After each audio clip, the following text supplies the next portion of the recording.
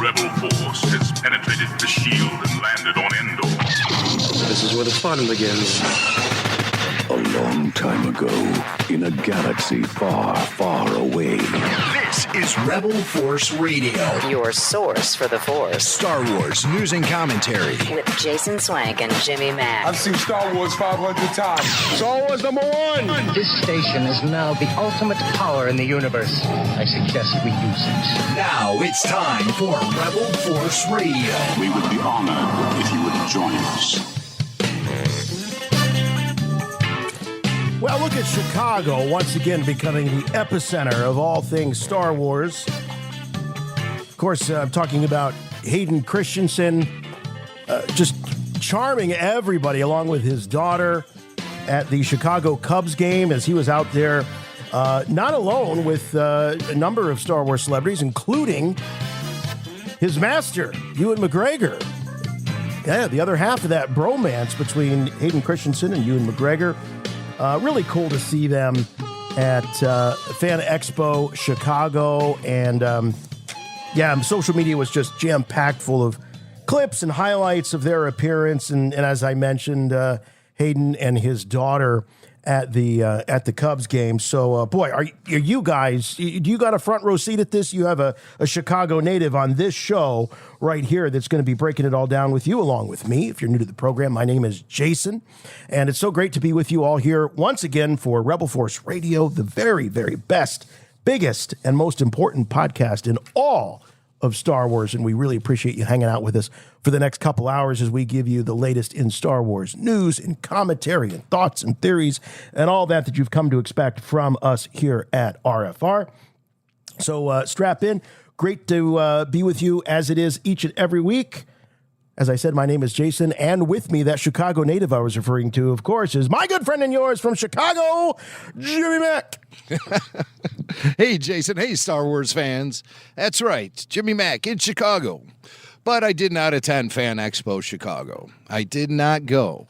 But we did have our correspondents there. Our ringers were in the crowd. So we have audio highlights from the panels, courtesy of Rob O from Chicago and RFR VIP Suds.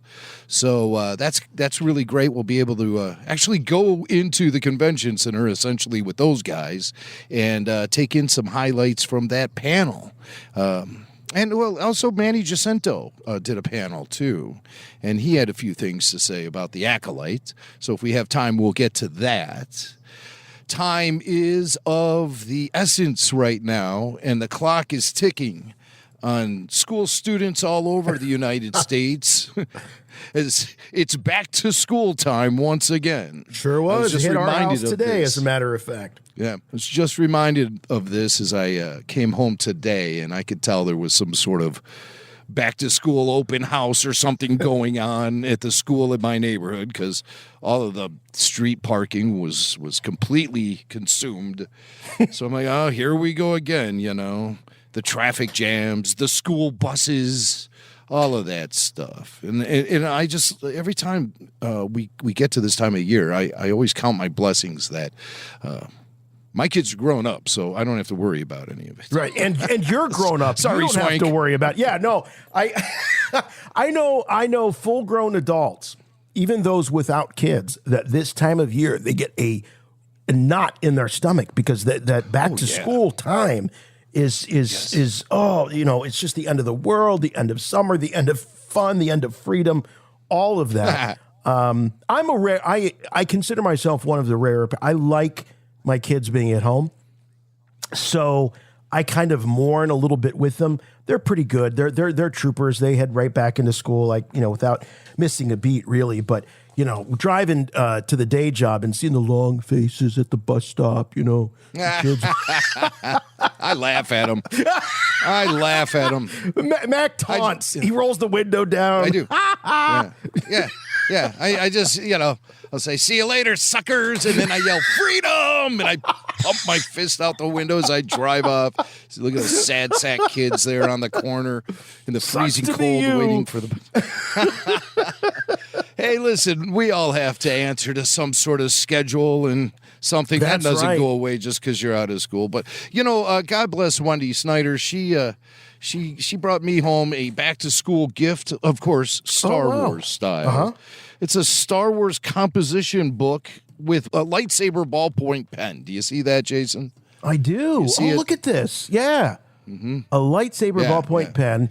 So this is where Jim can compose all of his compositions about what? I don't know. I'm guessing fanfic, maybe shipping some Star Wars characters together. Well, I'll tell you what, I do have the tendency to occasionally scribble down notes during the show and doodle. I'm fond of doodling, so I think this will be my show notebook and doodle book as well. Your doodle But book. Thank you, Okay. Wendy.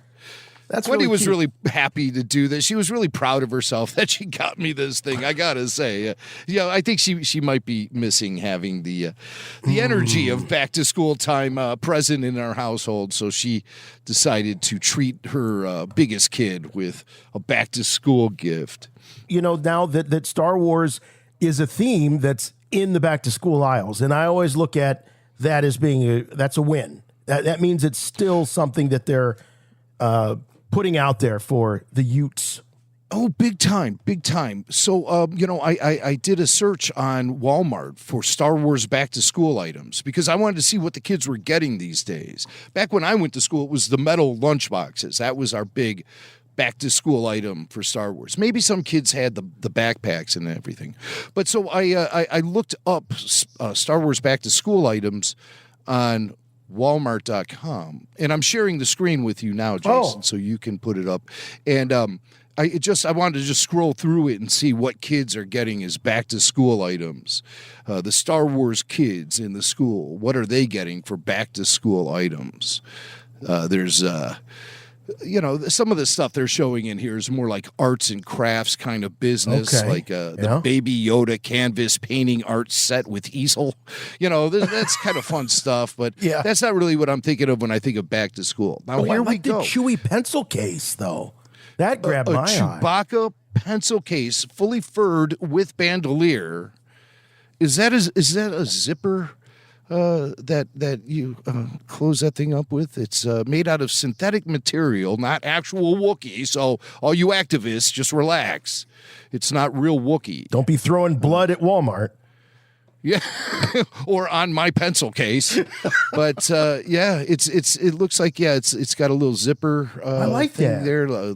Isn't that a nice piece? Dude, think about when we were going back to school. Like, the best we could hope for is, like, I remember very vividly seeing, like, Return of the Jedi pencil erasers. So you got, like, an Admiral Akbar pencil top eraser. Like, we didn't have any, like, Wookiee pelt pencil cases like this. Nothing that cool. That's beautiful. That's a really cool item. You have a Star Wars character ballpoint pen set, which looks pretty nice. I see Vader, I see Boba, I see Yoda, and I see BB-8. So something a little left over from the sequel era, which is a lot of things are, like this Kylo Ren spiral notebook. Impress your friends with the Dark Lord Sith wannabe Kylo Ren. Look at them pushing the sequel trilogy. There's some more BB-8 there. Oh, those are Valentines with erasers. Huh. Yeah, so we're already getting ahead of ourselves now, getting into February. But here's a nice Rebel flexible notebook here. Darth Vader paint by numbers kit. Student planner, episode 1.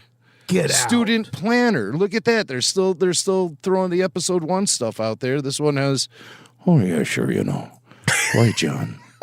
I'll tell you what, kid. You'll get your life together if you have a dated student planner, don't you know? God, I hope this isn't dated for 1999.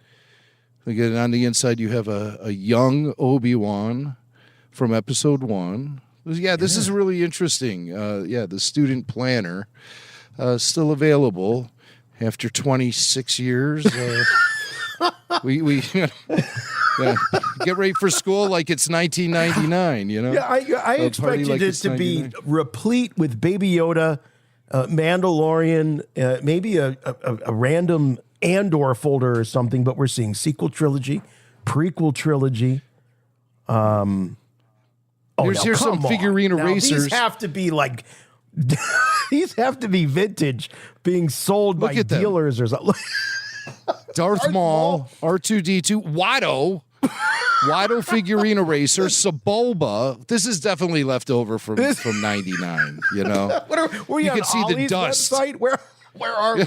You can see the dust on the actual piece there. Yeah. All right, Jim, yeah. if you had to do it all over again, and all of a sudden I waved a magic wand and you were out with your mom or dad shopping for school supplies, would you just go all Star Wars? Would it be all Star Wars? Would you say it loud and say it proud like with the options the kids have now? I definitely, when I was a kid, I definitely had the metal lunchbox. I definitely had the spiral notebooks. And I also had a binder, like to keep loose leaf paper in, that had the stormtroopers when they're shooting down at Luke and Leia as they're getting ready to swing across the Death Star chasm. That was one I vividly remember having. That was like a spiral notebook with that on the cover. Yeah, just your typical spiral notebook, nothing special. But nowadays, look at this. You could get the Chewbacca all fur notebook. This will be a great accompany piece to your pencil case. And that's how I would roll these days. I'd come in there with the Wookiee, Let's go. I want to learn now. So that's fun. That's just what's going on then with Star Wars in the aisles of Walmart as you're preparing for back to school. You know what I've always wanted, and I've never really done it, but maybe someday I will. I just wanted a Star Wars themed bathroom, where it's just all Star Wars. It's like the shower curtain is Star Wars, the bath mat is Star Wars, the little rugs on the floor are Star Wars, toothpaste is Star Wars, toothbrush, the soap is Star Wars. It's all Wars. I've always wanted that. Just a bathroom. Steve Sansweet has the Star Wars themed bathroom. He has the ultimate one. Yeah. Okay, but it doesn't have a shower. See, True. I need a shower. You got to have the shower.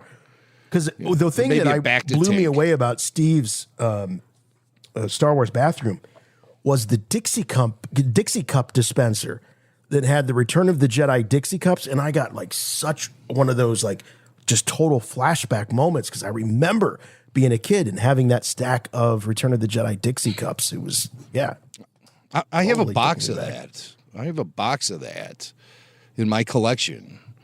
What the Dixie Cups? A whole box of them. Yeah. They were stashed.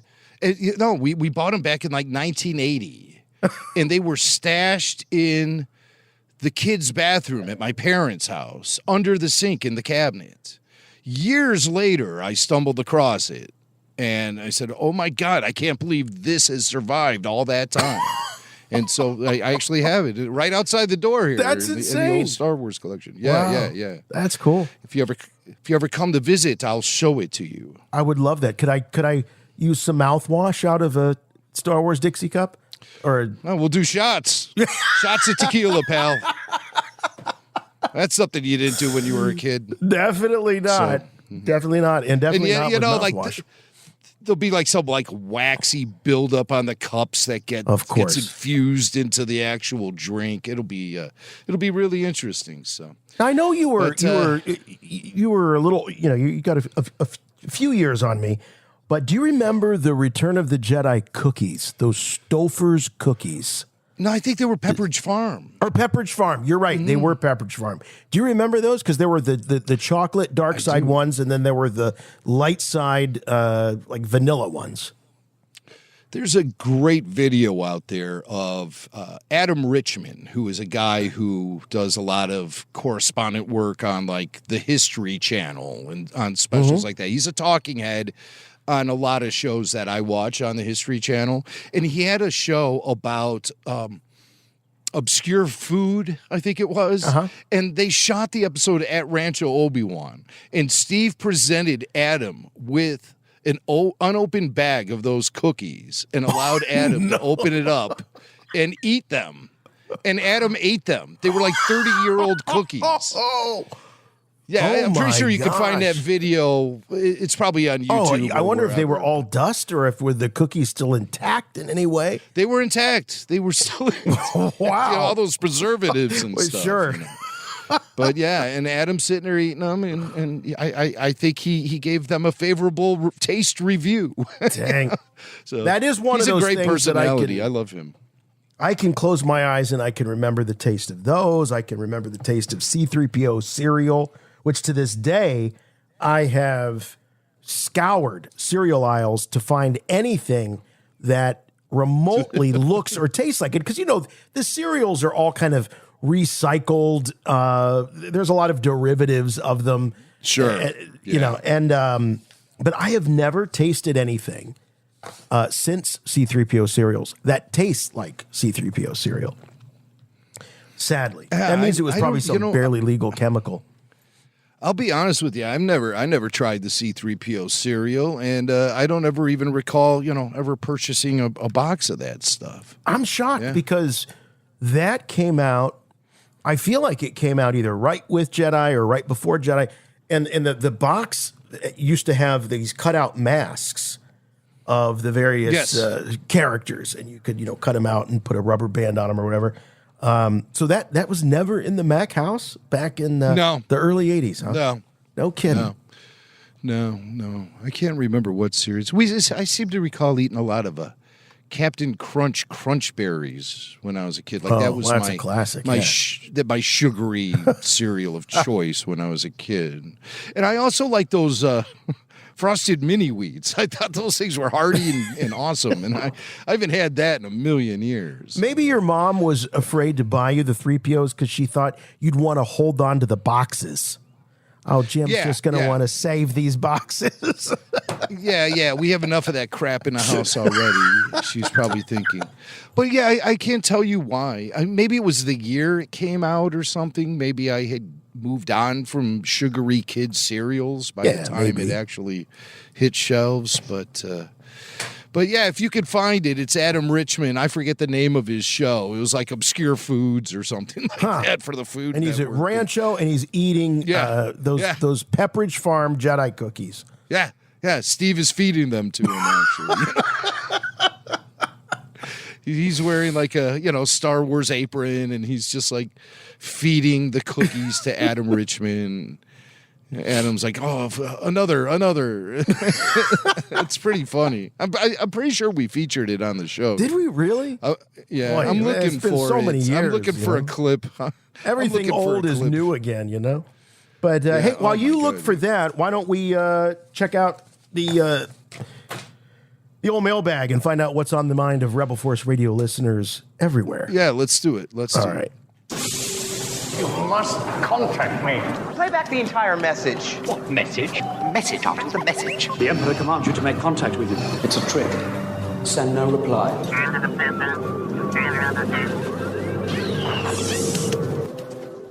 Hey, Jason. Hey, Jimmy. This is Adam from Arizona.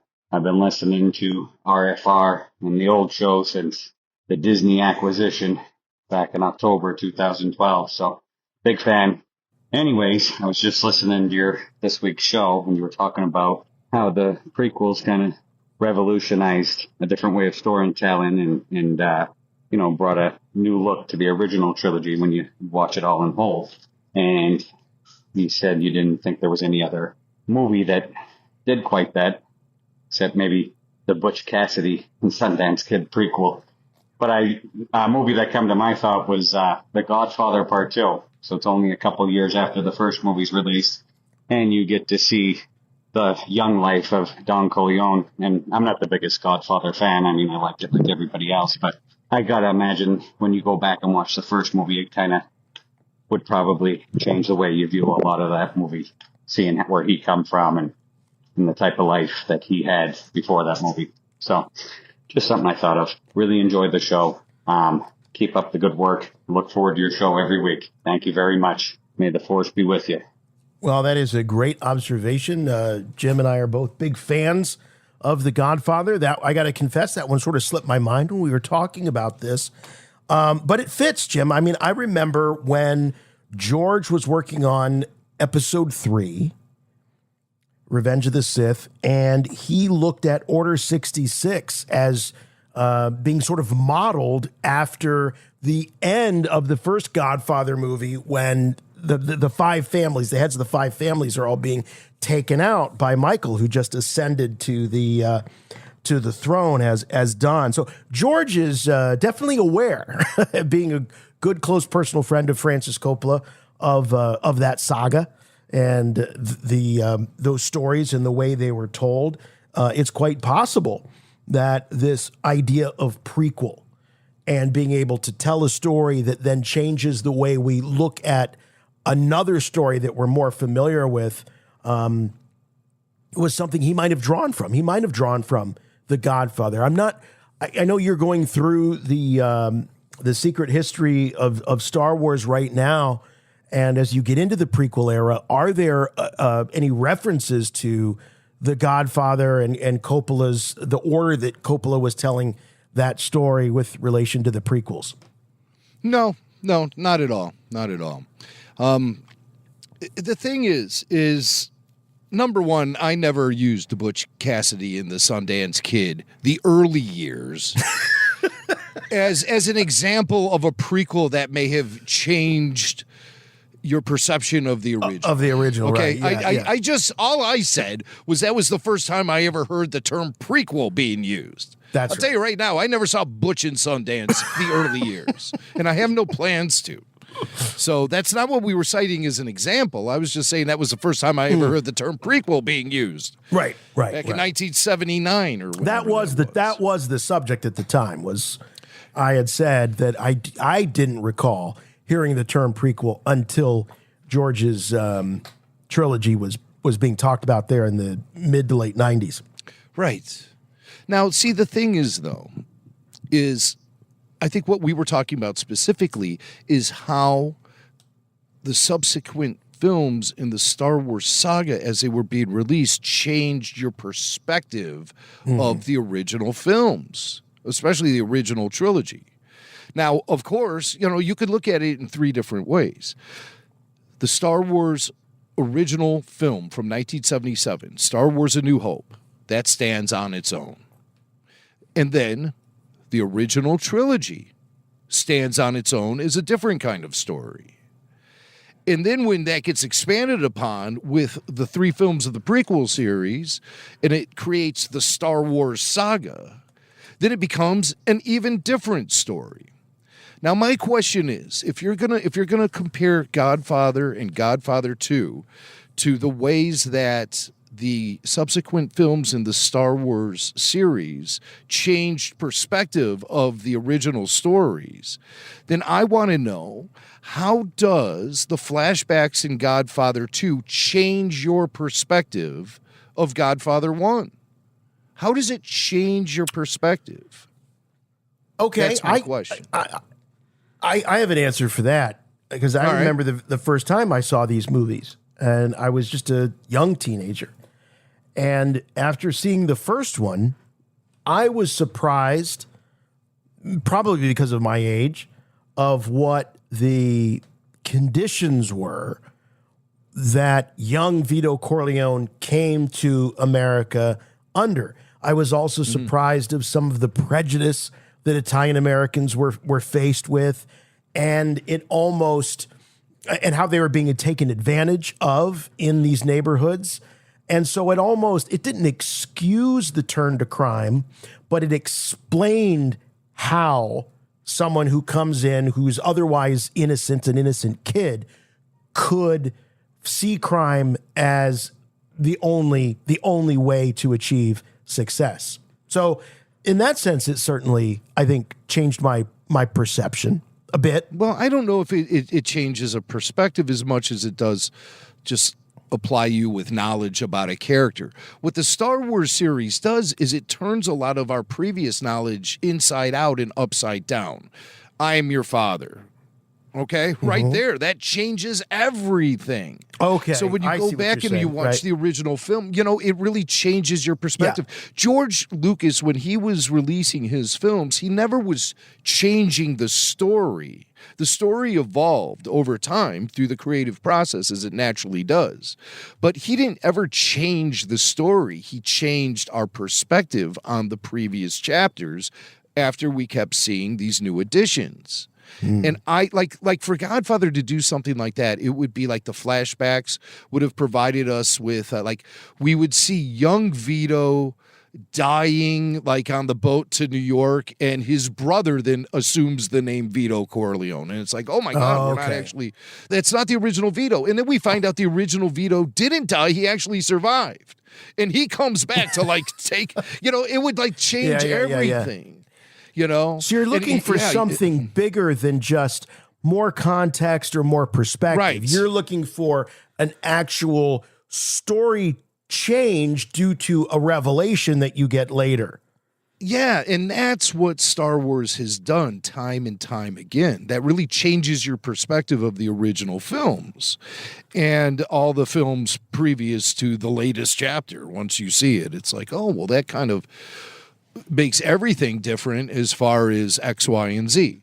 With Godfather, all of those, the flashbacks to young Vito, whether he was a kid watching, his mother get shot and his father get killed and all, you see all this horrible background, but you still, at the end of the day, you can say, well, I can see how this guy became a mafioso Don in New York. I can see that it's a natural progression. Star Wars often will take you off-roading and you end up in places you never thought you'd go to. Like if you found out Don Corleone was really he was a double agent working for the FBI or something like that. That would that would really be a twist.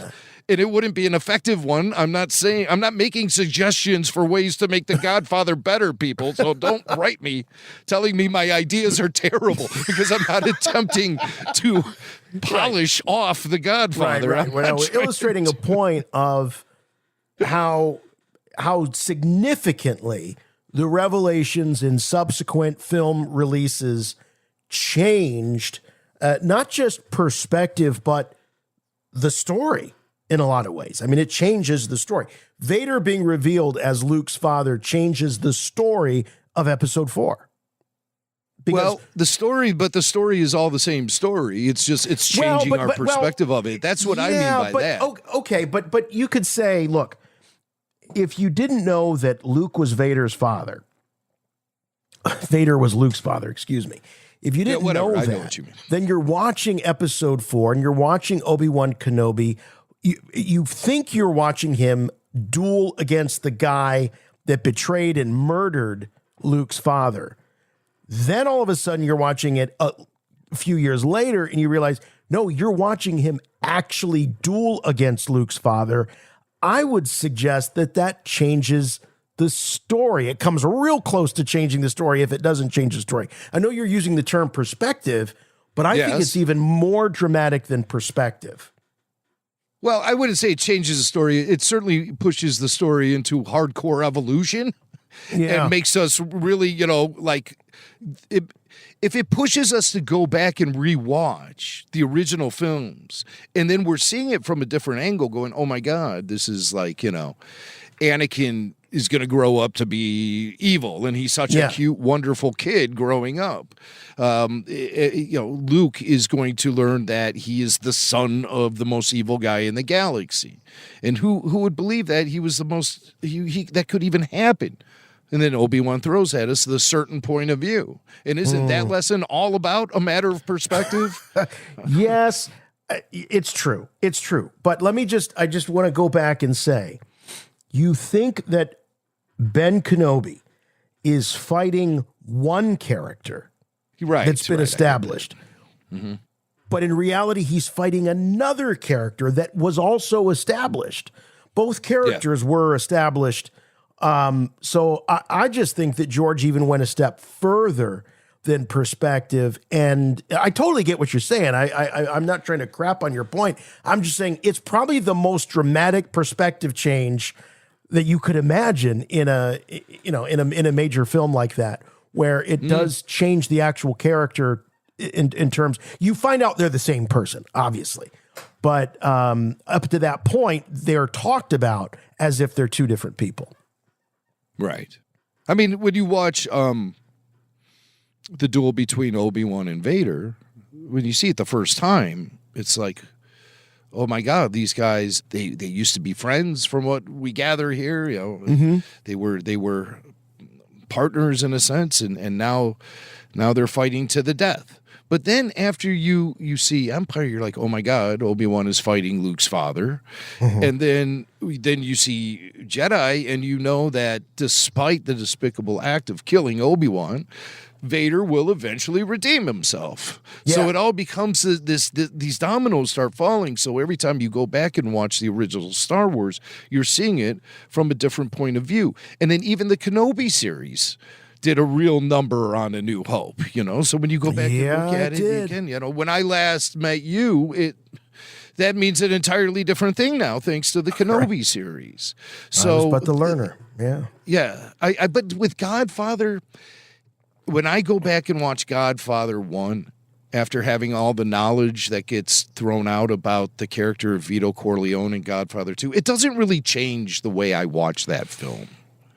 You know, it doesn't make me maybe a little more sympathetic toward Vito. I don't know, because I always looked at him as kind of a family man and a guy who took care of his kids and stuff. I'm sure he was a vicious gangster, but you know, it was like he did have a heart. You know, you could see that, and it's like when you see Godfather 2, then you realize, oh my God, he's been through so much. He had to travel to America all by himself and start a whole life as a child, you know? Yeah. And it's just like, it does, I think, make him a little bit more of a sympathetic character, but I think you already feel that sympathy based on Marlon Brando's performance in Godfather 1. He's always saying, I love you to his sons, and kissing them on the head. And, you know, he's like a great dad. Right. He's a wonderful father. Right. No, you're right. There's nothing, I think what it did for me as a younger person was it gave me more historical context. It gave me more,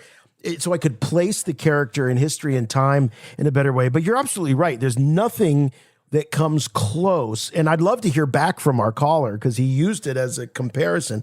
But I agree with you. In retrospect, there's nothing that comes close to even just the I am your father moment when you're looking at Godfather 2, Godfather 1. Yeah, maybe we'll hear back from our caller Adam from Arizona, or maybe he's too busy watching Butch and Sundance the early years to leave us a voice memo. But he did send that via voice memo. Again, I got to give props to the guys who leave us these really nice, concise, under 2 minute long voice messages. They just record voice memos on their smartphone and they send it to show at rebelforceradio.com. So while the voicemail option is always there for you and we're always reviewing those messages, it's just like sometimes the guys who leave the voice memos, they do a really good job with it. Maybe it's because they can listen to it and play it back and be like, nah, that's not quite right. I'm going to try again. I don't know. Mac even wants the listener mail to be produced. Audio. He likes when they edit themselves. It's great. It's so much cleaner. People are lining up for Star Wars, and everybody is excited, especially the Rebel Force Radio podcast. Yeah, those podcasts are great. I got to get this podcast. Your source for the Force. We do have an email going old school here that came to a show at Rebel Force Radio. This is from Joshua Willoughby from Fort Irwin, California. And Josh writes, talk about concise. This is about as concise as it gets. Chut. Has there been any rumors or news about continuing the Skeleton Crew story? My kids loved it, and we need more. So, Jim, there have been a few drips and drabs. I don't know if you have any scoops that you're sitting on, but a few things that I was able to uncover is showrunner John Watts earlier this summer had just sort of dropped a few hints in an interview that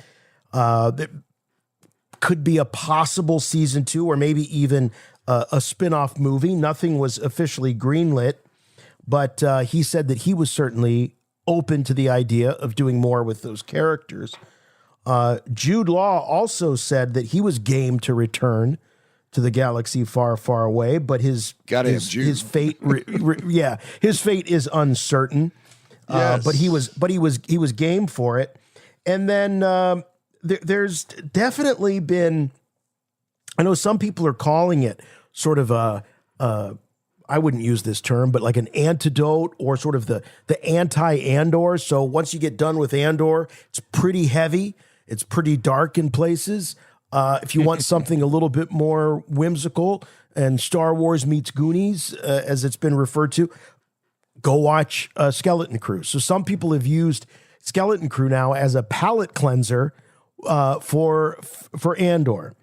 But that works. That, I mean, actually, yeah, right. That works just fine. Yeah. But beyond guys like Watts and Jude saying their game should the opportunity arise, and that there's just a little bit of simmer about the streaming numbers for Skeleton Crew going up and more people discovering the show. I've not heard anything more definitive than that. No, and of course, we're fighting against Father Time here with these kids. Yeah, they were, in their early teens or even preteen when they were shooting the thing, and now they're getting older, and they're also in demand. The actress who plays Fern, Ryan Kira Armstrong, she's 15 now, and she's shooting the Buffy the Vampire Slayer reboot pilot. So she's committed to do a pilot for that. It's going to be for Netflix, and Sarah Michelle Gellar, or is it Gellar? I never knew how to say her name. I think it's Gellar. Gellar. Yeah. I think it's Gellar. Right. She's executive producing, and she'll be Buffy. But the real Vampire Slayer will be the kid Buffy, which will be the girl who played Fern in Skeleton Crew. So she's already special. moved on. You could tell in watching. All the kids brought something great, but there was just something about her. It reminded me when Stranger Things first came out and you saw Millie Bobby Brown for the first time, you knew that there was just a special quality. A star was born kind of with that. And I felt the same for her. Yeah, interesting comparison right there, especially considering the two shows were always being compared to each other, right. Skeleton Crew and Stranger Things.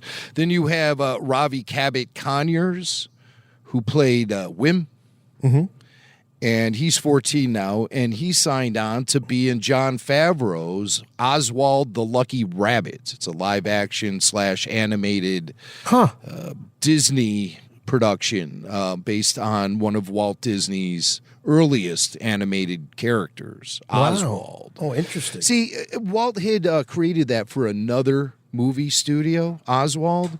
And so when he went off and started his own studio, I think it might have been Paramount, I'm not really sure, but they owned the rights to Oswald forever and ever. And the Disney company had been really trying hard to get the rights back to that character. And a few years ago, they did. So you started seeing merch around the parks and stuff. And now they're going all in with a Jon Favreau directed and produced live action / animated film, Oswald the Lucky Rabbit. And I assume Ravi Cabot-Conyers is going to be playing one of the main leads in that maybe movie. I'm slow, but I wasn't aware that Jon Favreau had any non-Star Wars projects in his pipeline. So this is news to me. So that does take his eye away from Star Wars, or his attention away for some period of time. Well, he's done shooting The Mandalorian and Grogu, and this is probably just something that's going to fill the void while he waits to hear what the future is going to be for The Mandalorian and Grogu, because it could go back to streaming. It could be, it could evolve into becoming a film franchise in itself, a sub-franchise, or it could just crash and burn and we'll never hear from those characters again. Hey, those are the realities. Those are the options we have. I mean, that's everything that's on the table. We have Neil Robert Timothy Smith. He's 14 now, and he shot a short film called Almost Home about some soldier who has PTSD or something. I'm not really sure about it, but it's just an independent sort of thing. So he's probably sitting around waiting for that phone to ring. And Kryanna Crater, who played KB. She is going to be 16 in October, so she's working hard in high school right now and has no known upcoming projects as far as I can tell. So the kids could be available, but we would definitely notice a big age difference. Sure, and that could really affect everything. Why not spin them off into an animated series and just have the kids do the voices? I mean, it would be far more effective. Far more effective than the Young Jedi Adventures, which are animated shows for toddlers and preschool age kids. They can have that, but I think that the kids who are a little older, like around the ages 8 to 14, they need a Star Wars series they can sink their teeth into. I don't know if the Darth Maul series is going to provide that for them. That might be something that's more for kids of the prequels and the original trilogy, quite honestly. I don't know if kids will really be attracted to that one. And they're definitely not attracted to the Young Jedi Adventures because it's so babyish. And they're definitely not attracted to Star Wars Visions. They're definitely not attracted to, well, maybe the Lego thing, but I mean, the Lego thing, the Lego thing. But still, I mean, that stuff doesn't sustain. The Skeleton Crew kids, you could spin them off into an animated series and pull off a 5-year run with that show and have the actual kids who played the characters return in it. Shoot, I signed Jude Law up too. Why not? If you really want to do it. But I mean, save these Jude guys can record voiceover out of their homes nowadays. Right, they don't even need to go to a studio. Well, they do it on their iPhones, just like our callers do here on RFR. They just do the voicemails. So I don't know. I know the kids are out there on the convention circuit telling everyone that. They're down for doing more, and that people should contact Lucasfilm and demand more Skeleton Crew. But I don't know. John Watts, he's hooked up to a couple of things. He's got a few things that he's producing on the horizon. He's part of the Final Destination franchise. He's a producer on that. Yeah, that's a big deal. So, yeah, he's got a couple of installments under production right now, and he's also attached to something called Disaster Wedding, which is all about Jason Swank's day of nuptials, where Jason got hammered and fell into the cake head first. No, it's a comedy. Yeah, it's a comedy, and John Watts is attached to that. I don't see anybody who's acting in it, or there's no synopsis for it or anything. So it might just be one of those things that wouldn't necessarily take him away from doing Star Wars. But he said he'd be up for a return, and I think John Watts had a really nice touch with his take on the Star Wars universe in Skeleton Crew. Yeah, I thought it was steeped in authenticity and integrity and fit right in.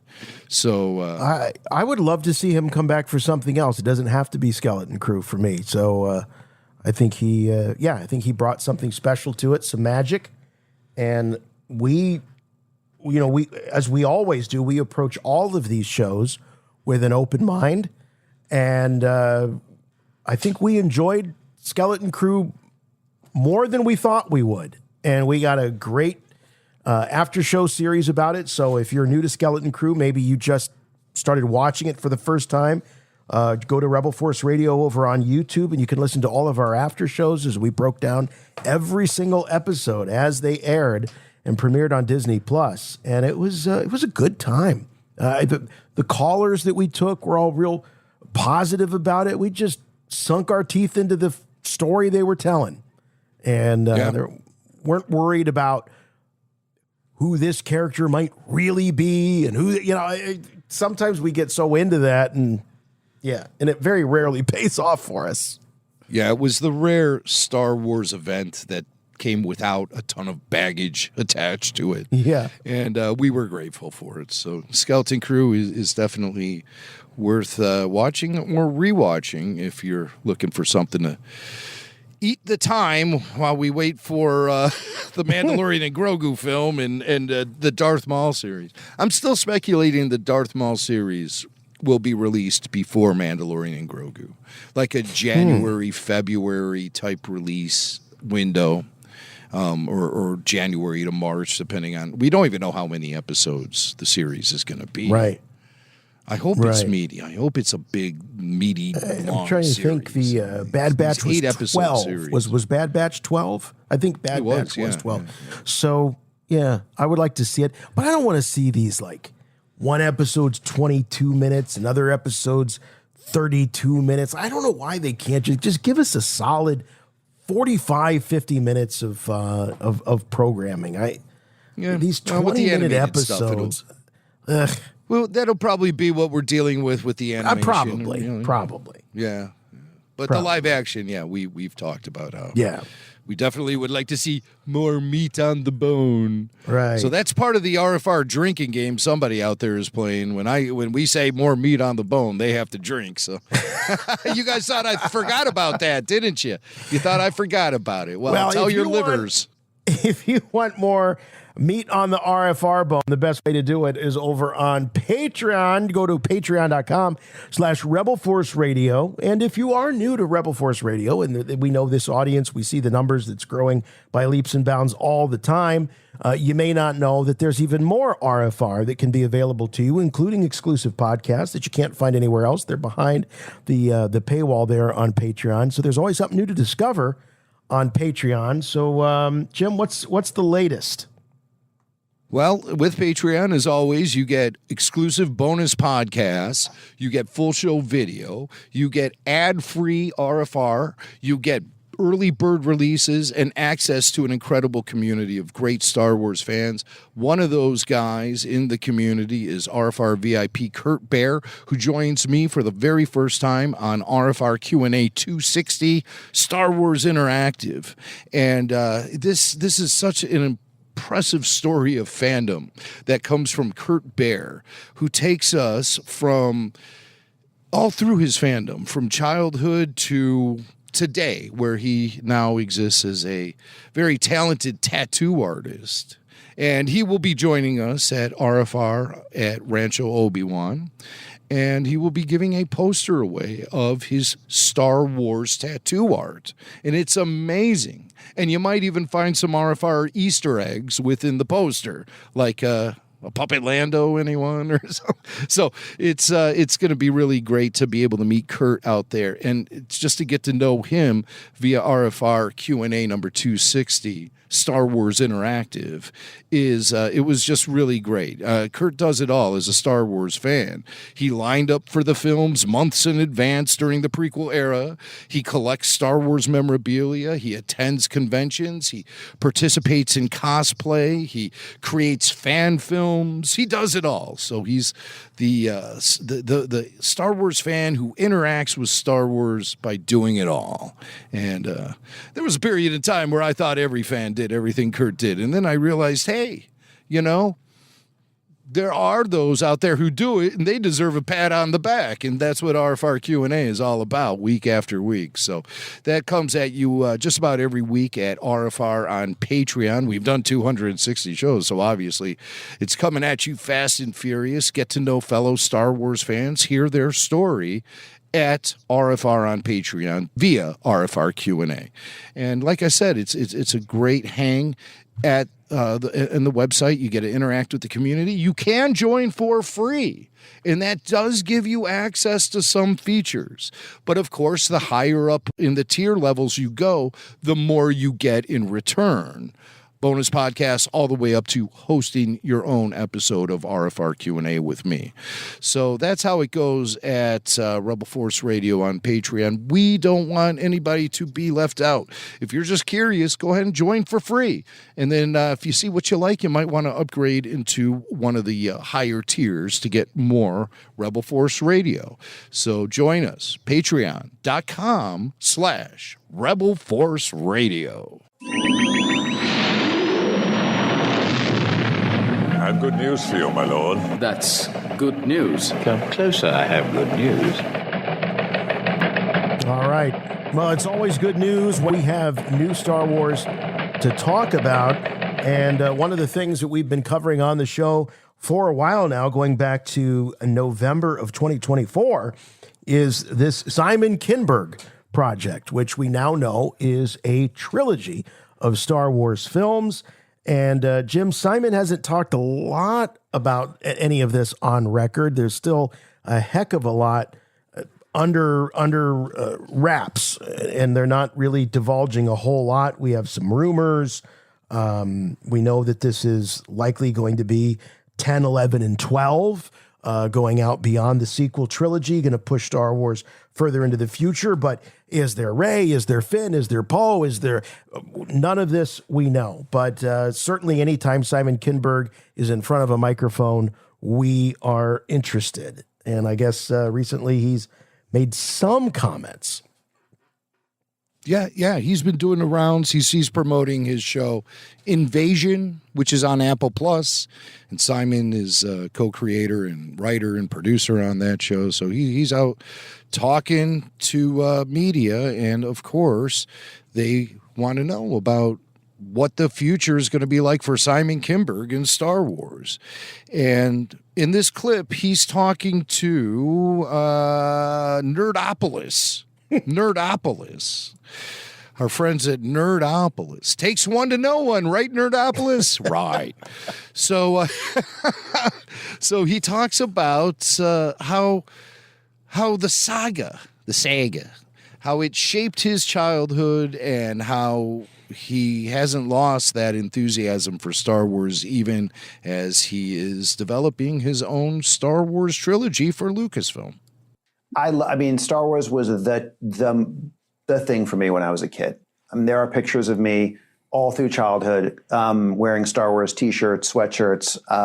When I was a kid, at one point, I was in the hospital for pneumonia, and I woke up and my parents had left a little Lego Millennium Falcon on my chest to let me know everything was going to be okay. Like, it's the thing for me, and it has always been, and I've been lucky enough to be around it for a long time now. Like, I was brought in very early in the process of the new Lucasfilm. I got to, create and write lots of Star Wars Rebels. I was around the movies in different capacities.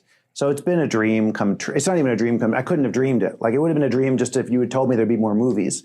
I wouldn't have believed you if you said I was even allowed on the set of any of them. So it's cool. My enthusiasm only grows with working on and around it. And there's a ton of just wildly talented folks, from Dave Filoni, obviously Hall of Famer, Kathy Kennedy. There's a lot of really great people that want to do great work. And I was super inspired by and just sort of awestruck by what Tony Gilroy did with Andor.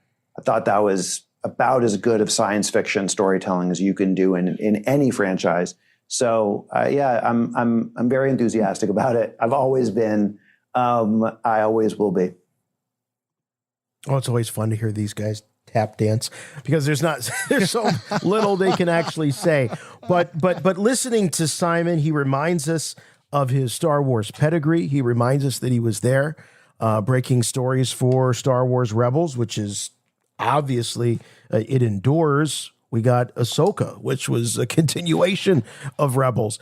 So he's got the pedigree, he's got the passion. I think he's showing a lot of humility, but he's also showing a little tip of the hat to Andor, which tells us, well, what kind of Star Wars maybe he's inspired by the most as of late. He didn't mention Skeleton Crew. I'm not saying he doesn't like Skeleton Crew. I'm just saying he said Andor, and specifically he loved what Tony Gilroy did with Andor. So could we make an assumption that Simon Kinberg likes a little bit more grown-up Star Wars?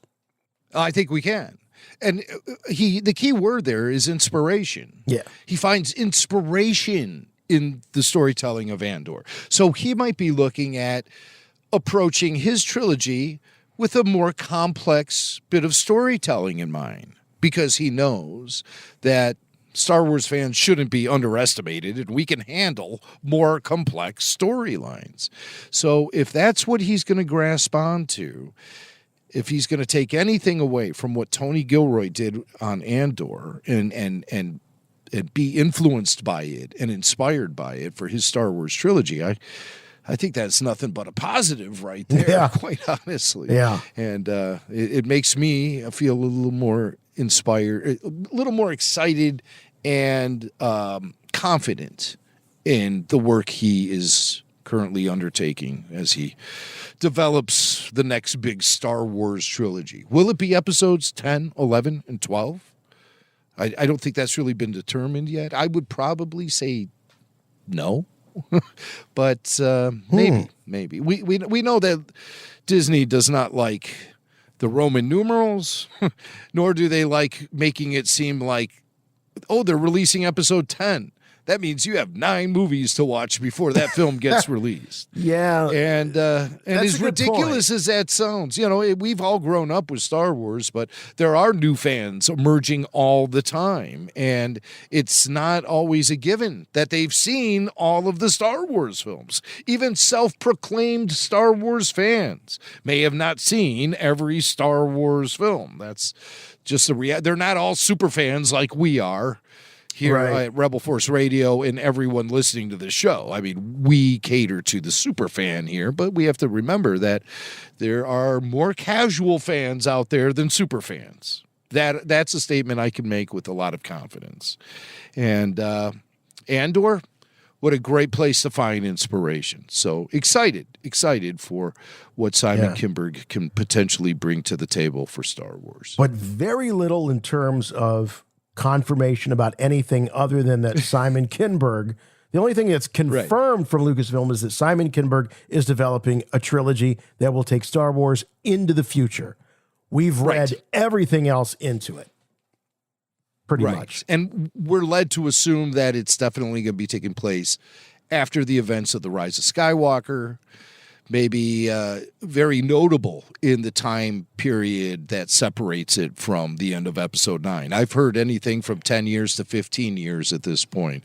But let's face it, haven't all the Star Wars trilogies basically been given like 20 years of separation between them all as far as the timeline goes? I know that was the case between the prequel trilogy and the original trilogy. And then the original trilogy and the sequel trilogy, I think we're dealing with more like 30 years there. Yes. But 20 years seems to be the sweet spot. So, but maybe it's going to be 15 years like the rumors I've heard are telling me. I think what throws us off the scent is this wild card of a dedicated Rey standalone film helmed by Sharmeen Obaid-Chinoy. Because if that wasn't entering into the mix at all, we would all, I think, be united in our assumption that this is 10, 11, 12, The Further Adventures of Rey Skywalker and crew. But this standalone that's out there just kind of makes things a little more wobbly. And the rumor is Lucasfilm is looking at that particular film, the Daisy Ridley, Sharmeen Obaid-Chinoy film, as being a film that will launch this continuous storyline similar to the way that The Mandalorian launched a continuous storyline through various series and shows and now movies. I think that's what they're trying to do. But we have the why do you need one movie, one standalone to launch a trilogy? Yeah, there are things that are hard to understand unless they're trying to like separate the Daisy Ridley story from what Simon is producing. And that's just going to further confuse the fan base. It's just like, God, you guys can't just pick a lane already. Just pick a lane.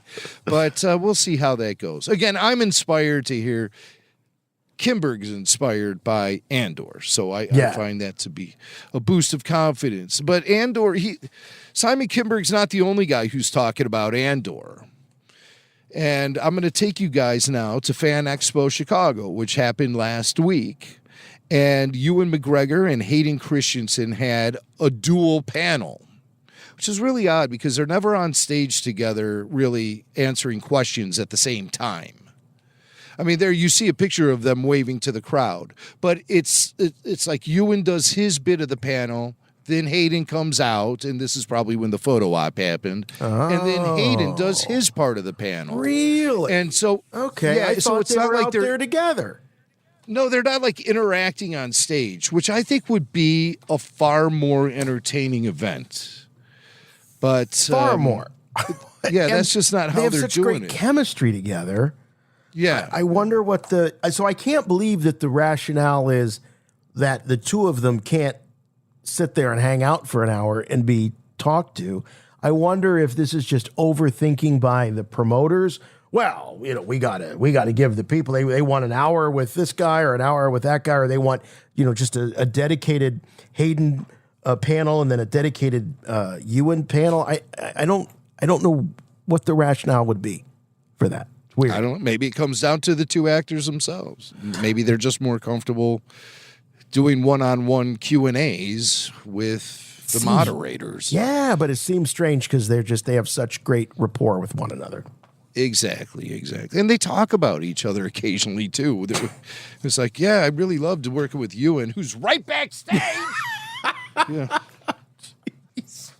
Again, I don't know. I wasn't there, but I have the audio file here, courtesy of RFR VIP Robbo from Chicago, who got us some choice clips from the event. So let's go into the convention center in Rosemont, Illinois, and just right by O'Hare Airport, and hear what Ewan McGregor had to say about seeing Andor.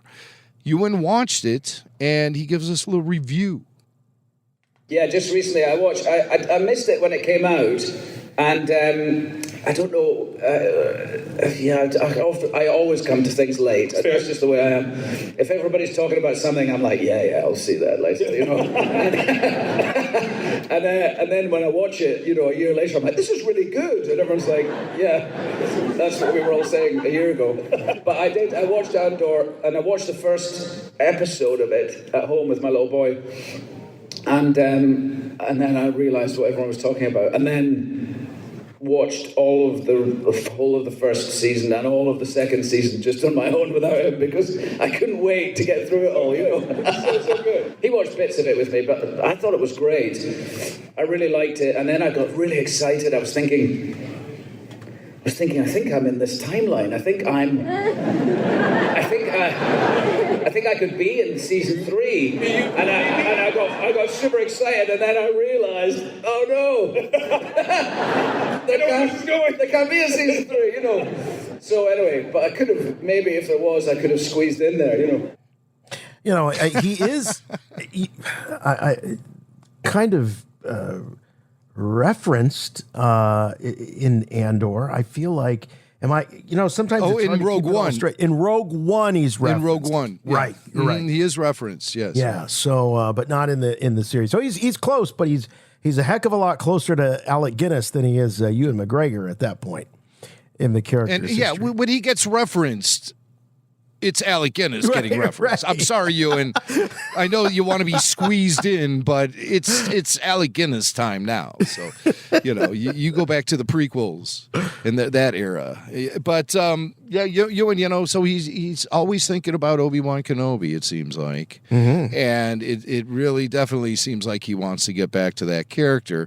And the subject about what he's working on recent projects that he's undertaken comes up. And he says some interesting things here. I did a play in London recently, and thank you. And I loved that, but I haven't made anything since Flowervale, which was last spring. Somebody give me a job. Come on, Come on, Disney, In season 2, for goodness sake, go. What are we waiting for? What are we waiting for? I remember. He definitely wants it. He does want it. And I remember this guy coming out after season 1 was officially confirmed, and he's like, oh, I'm so glad, because I was tired of looking like I'm begging for a job, and here he is. He's like, right. Come on, Disney, please. So, but think about that. Ewan did say that yeah. he was talking. People were asking him about Obi-Wan Kenobi, and he knew that he was going to be bringing the character back. At first, He thought it was going to be via a series of films, which then got boiled down into the Obi-Wan Kenobi season 1 series. Mm-hmm. And Ewan, at that time, he said that he felt like he was looking too desperate by saying these things that, sure, I'd love to do it. I hope they call me. And so, but they had already called him and stuff. And so he's just tap dancing around the questions. And he felt like it just made him look too desperate. This is an actor who's very much still in his prime. Yes. Yet he hasn't worked since last spring. So why is Ewan McGregor's schedule suddenly become clear? It's because he's going to be appearing as Obi-Wan Kenobi in something again, and it quite possibly, I believe there's a strong possibility that it's Kenobi Season 2. This is a guy who doesn't want to look desperate. This is a guy who admits that he hasn't done anything since last spring outside of appearing in a play where he was accosted by an RFR listener, too, by the way, to look into his cell phone and say, hello there. But it didn't happen. But so he's been laying low. And I think that's because Lucasfilm has told him to keep his schedule clear because they're going to be putting him in front of cameras sometime relatively soon. Could it be Ahsoka Season 2 or could it be a Kenobi Season 2? I think both things are very possible right now and very much in the mix. And I strongly predict that Ewan McGregor will be coming back as Obi-Wan in Kenobi Season 2. I strongly predict that. When will it be announced? I don't know. When's the next big whoop-de-doo? There's no D23 this year, is there? That's the one that always sneaks up on us. Yeah. Oh, D23. Oh, they'll announce it there. But no, not this year. It would have already happened, I believe. So maybe Disney will plan another end-of-the-year big investment day blowout where they announce a bunch of crap that never gets made, along with Kenobi Season 2, which actually will get made. So we'll see how they roll out all these announcements. Or maybe they're once bitten, twice shy. Or I should say, in the case of Lucasfilm, like thrice bitten, quadruply shy, because they keep making announcements that never come to fruition. The double-bladed lightsaber, when you absolutely, positively got to kill every droid in the room, except no substitutes. Rebel Force Radio. All right, more Ewan McGregor. I agree with you, Jim. I think we're going to see him in 2 different projects, and the next one will be Ahsoka Season 2. I think we're going to get an episode where they give us a taste, a bigger helping of that Clone Wars era, Snips, Sky Guy, and Obi-Wan. Obi-Wan. So McGregor, then he flashes back to the late 90s, and he just got hired to be Obi-Wan Kenobi, and he's appeared at the studio, Pinewood in London, right? Or did they shoot at Elstree? I can't remember. But he showed up at the studio in London, ready to go, and George was walking him around the place, giving him a tour. And Ewan asked a question that you could tell he's still clearly embarrassed by all of these years later. And George's response is classic. So check out this little flashback from Ewan McGregor. When I was being shown round, when I got the job to play the role, and I was being shown round by George at Leavesden, the film studio, and they were making. He took me to all the different departments. And they were making the submarine that I go in with Liam and Ahmed, and so I was looking at the submarine that they were carving out of polystyrene, and I had a little glass, and I said to George, "Will we go under?" And he looked at me and went, "What?" I said, "Will we go underwater in the submarine?" And he went, "There's none of it real, you know." And a small part of me died. You know, the little boy in me was like, "Oh." But anyway, it really was not a good idea to put 3 actors underwater in a polystyrene submarine. You know what I mean? And none of it's real. You know what that would cost? You know what the insurance on that would be? Like George just sucks all of the fun out of the room. Oh, yeah. It's not real, you know. Like he probably was like a little angry with you, right? Too. Yeah. It's not real. You know, what are you, an idiot, Ewan McGregor? Well, I don't know, George. I really thought. Just don't think. I hate actors because they all think. That's what George is running through his mind. He's like, these actors, they all think. Yeah. Stop thinking, please. Right. I'm George Lucas, damn it. Yeah. We got to go underwater. And he's like, oh, these actors. Oh, God. It's made of polystyrene. What do you think? It's foam. It's made of foam. I don't even think you could submerge it. It's just going to float like a sponge. Let's see how it works out for you. Go down. Yeah. You got any more questions, Einstein? I should have cast Kenneth Branagh when I had the chance. Yeah, Kenneth Branagh. Oh, well, he was signed, sealed, and delivered practically. They're like, oh no, Train Spotting kid. This is already a disaster. So, all right, back with more highlights from Fan Expo Chicago. Highlights courtesy of RFR VIP Robbo from Chicago. And now it's Hayden Christensen's turn to be on the hot seat, and he takes the stage at Fan Expo Chicago. And he revealed a little insight into what he goes through to prep to return as Anakin Skywalker. I mean, this is a character that he played all those years ago, a few decades ago, and so now he has to get back into the wardrobe as both Anakin and Darth Vader from time to time. And he talks about how he goes about prepping for the whole experience. Well, I mean, I don't typically watch films that I've been in, but when I'm coming back to play Anakin again, I do kind of like want to give myself a bit of a refresher. Okay, all right. So I do, every now and then watch episode 3 and the fight that Ewan and I did, and it's it's a sort of a trip down memory lane for me because it recalls all these sort of great memories that you had when you were filming and I love Ewan, so it was just an amazing thing that we got to create that together. I do love the Star Wars films, and so I enjoy getting to sort of go back and watch them again when I've come back to do the Obi-Wan show and now Ahsoka.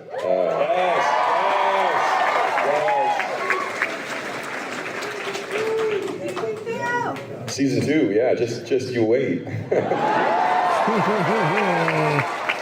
Just you wait. I think we ain't seen nothing yet. And I would not be a bit surprised given the sort of mixed reception that some of the plot threads of Ahsoka Season 1 had in comparison to the overwhelming support and love and fervor when Hayden was there and we had sort of those Clone Wars flashbacks. I wouldn't be a bit surprised if Season 2 leans a little bit more heavily on those flashbacks than they did in Season 1. At least I'd hope so. Maybe even like the first half of the season, the first 4 episodes. Yeah. Because what we've been led to believe is that the second half of the season, those 4 episodes are going to be the war with Thrawn, and it's going to be a balls-out war featuring characters from the original trilogy like Admiral Akbar, etc. Yeah. And Akbar kind of got the shaft in the Last Jedi, so it's nice to see him back. Right. It's not a trap. It's a good gig. I wondered. I wonder though, Jim, if this the galaxy falling into war once more might be the catalyst that could send Ahsoka into having these flashbacks. There could be an element of, I don't know, PTSD or something that allows her to sort of fall into that, and it would make sense story-wise why she needs to, because the way they kind of handle things in Season 1, with the exception of Hayden's Anakin watching over Ahsoka where she is now, is that she learned from her former master the lesson that she needed so that she could rise and become Ahsoka the White. So it feels like, from a story standpoint, that's sort of tidied up, that what she needed to learn from her past, she's already learned. So how else are they going to open that can of memories and get and mine that for some great Clone Wars goodness? Maybe it ties directly into the battlefield that we'll see in Ahsoka Season 2, which I think is going to be surrounding the planet Dathomir. And so, because obviously, Thrawn is returning to the galaxy, he's going right to that planet to drop off all of these undead Night Sisters and repopulate the planet with a bunch of witches. And of course, Anakin, Obi-Wan, and Ahsoka have some experience with Dathomir back in the Clone Wars. Right. So maybe there's like some secret they discovered about the planet that they want to exploit during the war, and Ahsoka then like sort of starts. Like there's a war room briefing, and Ahsoka starts telling everyone the story of the Clone Wars when Anakin and Ahsoka and Obi-Wan were on the planet Dathomir, and they discovered something about the planet that will then aid them in their eventual battle with Admiral Thrawn. Oh, that's cool. I like that. I'm just riffing. I don't know. Nobody shares. Lucasfilm, call us up. It'd be fun that way, and then you could have those flashbacks, and they would all tie in like seamlessly into the big picture story, the war with Grand Admiral Thrawn. So maybe something along those lines is just what I'm guessing. I hope it's not a revisit to the World Between Worlds. Been there, done that, and I enjoyed it actually in Ahsoka season 1, that 5th episode. But I don't want that to be the only way we get in touch with Hayden as Anakin, is via the World Between Worlds. It happened seamlessly as a flashback in the Kenobi series when Anakin and Obi-Wan were training on Coruscant in the Jedi Temple. They had that great flashback sequence where they're fighting, they're saber dueling, right? All of that, and that was great for the chemistry between the two characters. So I'd like to see more of that kind of thing as opposed to some World Between World Anakin apparition. I want the real deal. So if that comes via flashbacks, then more power to the flashbacks. Yeah. So Hayden, this is kind of a nice moment where he gets introspective and really reflects on the experience that he's encountered working on Star Wars and what it's done for him as both an actor and a person. It's just such a privilege. To be a part of Star Wars is an amazing thing, and it's because of all of you guys and what the films mean to you and what these characters mean to you. And so to get to come back to it for Obi-Wan was a very meaningful thing for me, and the work that I got to do on that show. I think it's bedtime. The work that we got to do on Obi-Wan, I just thought was wonderful. That end scene between Darth Vader and Obi-Wan when he cracks Vader's helmet. Yes. That for me was just, it was huge because it was a side of the character that I hadn't yet gotten to explore, and the way it sort of depicted the destruction of that relationship, I thought was just really beautifully done, and it was such a nicely written scene, and the way it came to life, it was just, it all kind of, was really perfect, and I was happy with that. He's just such a cool, thoughtful guy. I really enjoy hearing him. He's, Hayden's not long on lore and character motivation and that sort of thing. But what he does do is provide the perspective of a guy that's just really happy with the fact that he's been able to play this role. And I think he's relishing this, Jim, I think you call it sometimes like the victory lap after a maybe less than a stellar ride initially, but he's now celebrated and loved and feeling all of this goodwill coming towards him. And you got to love the fact that when there's a crying kid in the audience, he's greeting it with, as a dad, he's greeting it with compassion. I thought, though, if one more little cry, he might have just gone out there with the red saber and just hacked the kid, A little execute order 66. Yeah, right. That would be beautiful. But you're so right about him. You know, he has that tolerance. He is a father and everything. And while he was in town, he was actually traveling with his daughter, Briar Rose, who the daughter he shares with ex-girlfriend Rachel Bilson.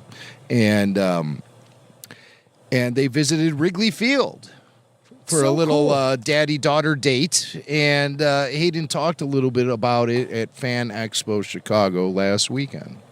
I was hoping I was going to get to practice a little bit. Okay. They didn't really let me do that, but it still went well. I got it across the plate. Hey! Of course you did!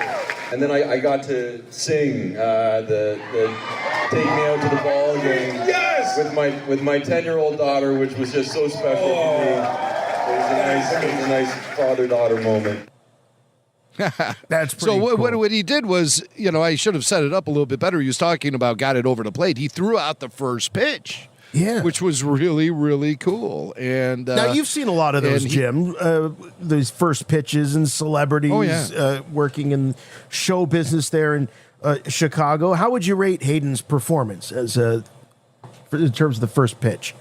I don't know anything about it, so I got to rely on you. On this. He got it over the plate. It was a real rainbow kind of throw.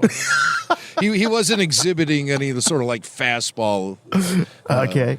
Yeah, nothing like that. It was a real lollipop kind of pitch. But see how well I would do. He was out there wearing a Cubs jersey, number 66. Which you gotta love that. You gotta love that. I thought that was a really nice touch. And Hayden. But kind of going back to what you were saying earlier about how he seems just like humble and down to earth and everything. Mm-hmm. I look back at my radio career and I've worked in entertainment radio here in one of the top major markets in the country for 30-something years. And we would have a lot of celebrity guests come into the studio.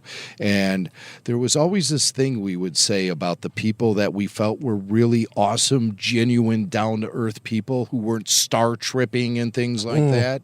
We would always say, that guy was the real deal. That's what we would always say. Yeah. Did you talk to him in the green room? Was he the real deal like he was in the studio? Yes, he's the same. Yeah. It was like, wow, he's the real deal. And we would always say that. And it's like the real deal. It just meant that it's somebody who experiences great fame, but still they have their feet on the ground. And I find that the more famous the personality is, a lot of times they're the most down to earth out of all of them, which is kind of crazy. It's the ones who are working their way up who get on the real star trip. And they boss, they're just kind of difficult to deal with.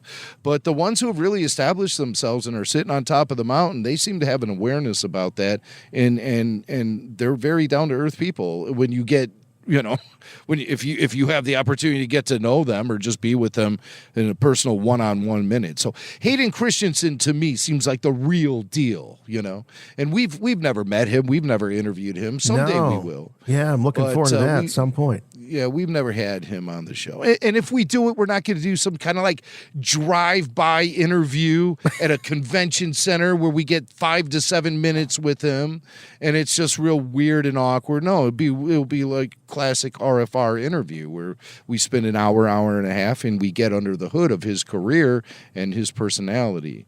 And that's going to happen. I'm telling you, that's going to happen. But it ain't going to be no drive-by convention interviews. Those things, they annoy me. And I was looking at some of my press badges from the past few years, and I was thinking to myself, I looked at this one in particular. It was a Walking Dead convention pass, media badge.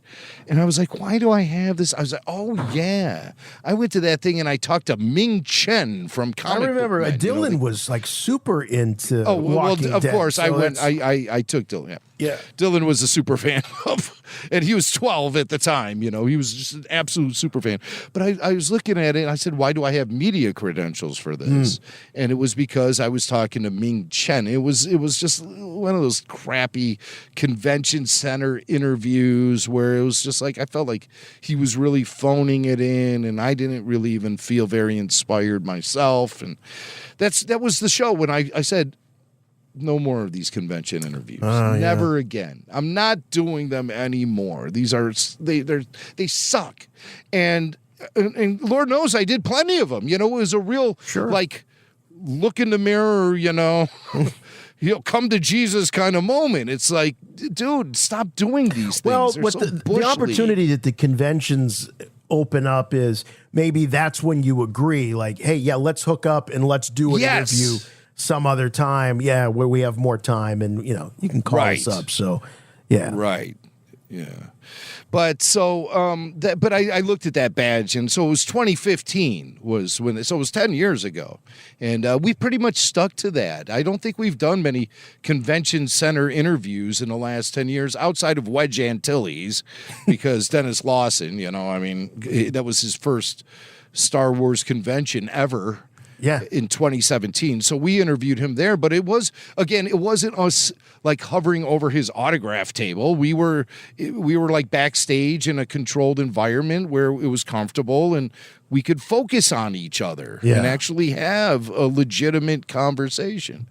But it's just, man, when I look back at some of those interviews I did in the past, these drive-by interviews, and a lot of convention promoters really don't like that. And they consider it to be like unprofessional behavior and everything. So other convention promoters, they don't care. They just want the plugs. Yeah, right. That's what they're looking for. Yeah, it is. Right. The commercials. Yeah. But so if we have Hayden on the show, it's going to be the real deal kind of interview. It's not going to be just a couple of minutes in a convention center, because I'm done with that. I am so done with that. But Hayden, I'm happy to see Hayden's not done with the conventions, and I'm glad he's been embracing it along with Ewan McGregor. I think the two of them, I think Ewan has made Hayden a little more enthusiastic about it, and both of the guys as actors have returned to Star Wars, so they're actually doing legitimate PR for current projects that they're working on. Here you put up a picture of Ewan and Hayden on stage in Chicago doing a little saber dueling or posing at the very least. They're flanked by a couple of stormtroopers, and I assume those stormtroopers are actually people and not like life-size action figures. And there's like people in, that'd be a lot easier. You don't have to deal with the 501st if you get your own life-size action figure of a stormtrooper. You just lean them up against the wall, and it's just as effective. But maybe not just as effective. Now, come on. These guys are skilled cosplayers. No, it sounds like that they were escorted by these members, and so I believe they were perhaps 501st members, but they escorted one of the actors to the stage. Robbo only gave me the recordings. He didn't give me any sort of boots on the ground recon or anything like that. So I'm flying blind here. So, but with Hayden visiting the city of Chicago, he did mention in that last clip that he got to throw out the first pitch at the Cubs versus Pirates game last Friday, and he did sing "Take Me Out to the Ball Game" during the 7th inning stretch. That's a tradition they do here in Chicago, Swank, because Harry Carey, when he was alive, he would always do it. He would lead the guy, they'd give him a microphone, and, "Come on, let me hear you," and he'd do all that, and he'd sing "Take Me Out to the Ball Game." Yeah. And so when Harry passed away, they continued the tradition with celebrity conductors of the "Take Me Out to the Ball Game" 7th inning stretch. And this time around, it was Hayden Christensen, who was in town for Fan Expo Chicago. He went to the game with his daughter, Briar Rose. He threw the first pitch, and then he appeared up in the booth to sing "Take Me Out to the Ball Game." We have a recording of that we're going to play for you right now, so you can judge Hayden's singing and his ability to harmonize with his young daughter, Briar Rose. But keep in mind when you listen to this, it's very important. The jet fighter pilots were all doing practice runs for the Chicago Air and Water Show at the very same time. Okay? Oh, my gosh. And the beach where this all occurs is not far from Wrigley Field. I see. And so he had some competition for the airwaves? Some of this fighter pilot decides to buzz the stadium right at the beginning of "Take Me Out to the Ball Game." Oh, my gosh. And I think it shook Hayden a little bit because you hear him kind of react, but he stays with the song. God bless him. He stays with the song, but it was a shocker. And I mean, even in the recording we're going to play for you right now, I think you feel the G-forces of the Blue Angels jet that's flying over buzzing Wrigley Field during the 7th inning stretch. All right, Cubs fans, let me hear ya. And a 1, and a 2, and a 3. Take me to the ball game. Take me out to the crowd. Buy me some peanuts and Cracker Jacks. I don't care if we ever get back, 'cause it's root for the Cubbies. If they don't win, it's a shame. For it's 1, 2, 3 strikes, you're out at the old ball game. Wow. A little flat there for a Jedi. A little flat for a Jedi. That's all I got to say. Yeah, a little bit. But the chosen one can't carry a note at all. I mean, he goes so flat at the end. He goes, at the old ball game.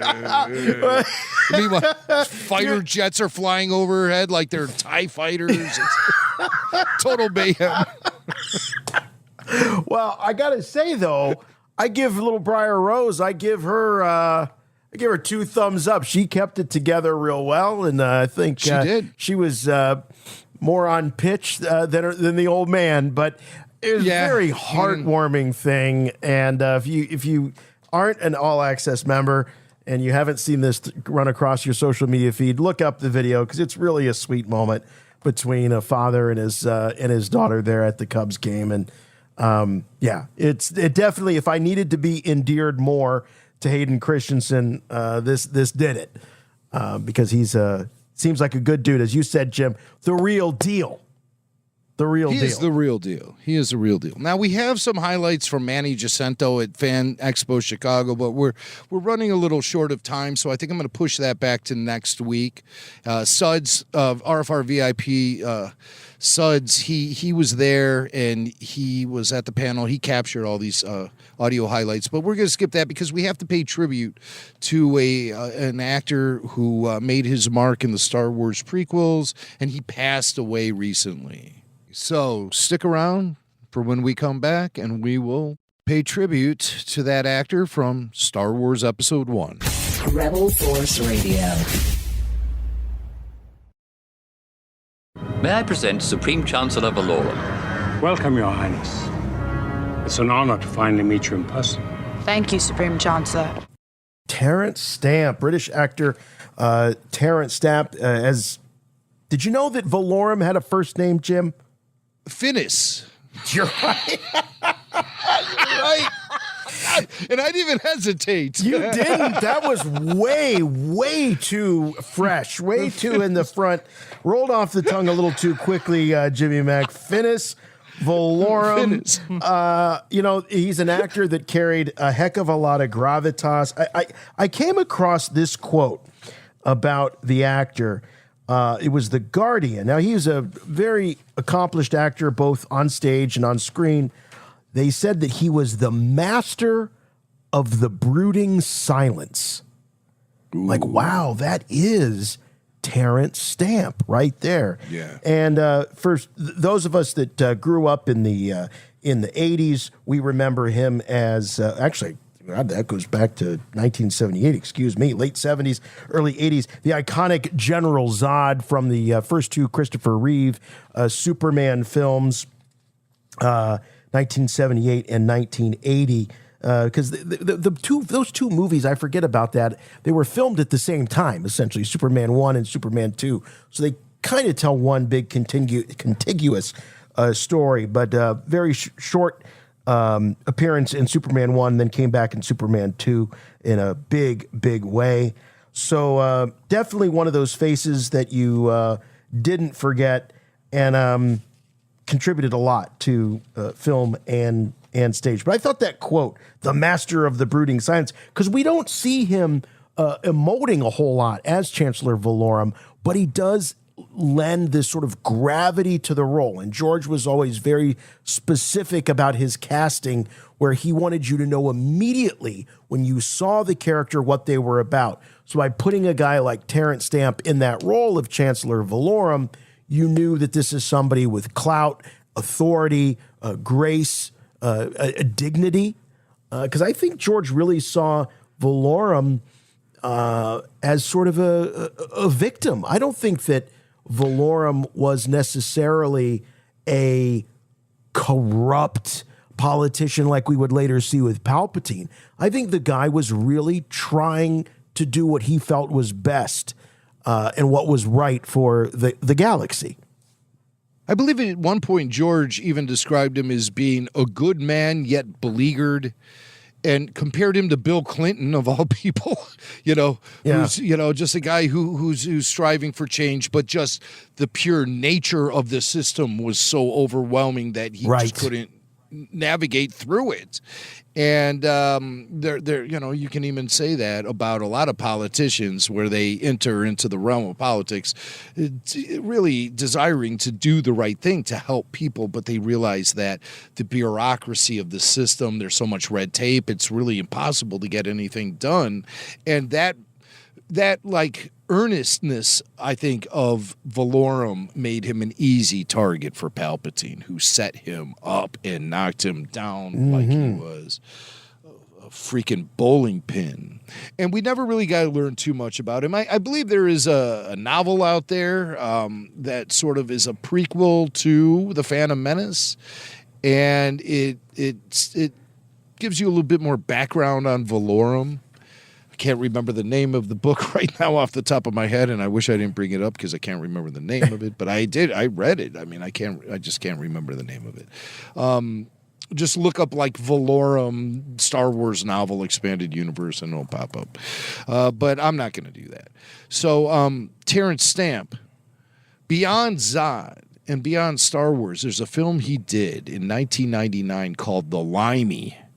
And it was directed by Steven Soderbergh, and it's about this British criminal who had been released from prison in England. He comes to the United States to investigate the death of his daughter and potentially seek revenge for the death of his daughter. It's just such a badass movie. And I was sucked into that movie the first time I saw the trailer, because it was just Terence Stamp walking down a suburban street as The Seeker by The Who plays in the background. And he's just got this determined look on his face. And I'm like, this is a character I want to get to know. And I really enjoyed The Limey. It's an independent film, so it was never a big hit. But I did see it in the theaters and thought it was very good. So if you have a chance to search that out, do so. I should myself, because it's been like 20-something years since I saw it. But the real reason that I was probably interested in that film is because it was Valorum being a badass. Let's face it. And so it's such a shame that we lost such a talented actor. He was 87 and had a really full life and career.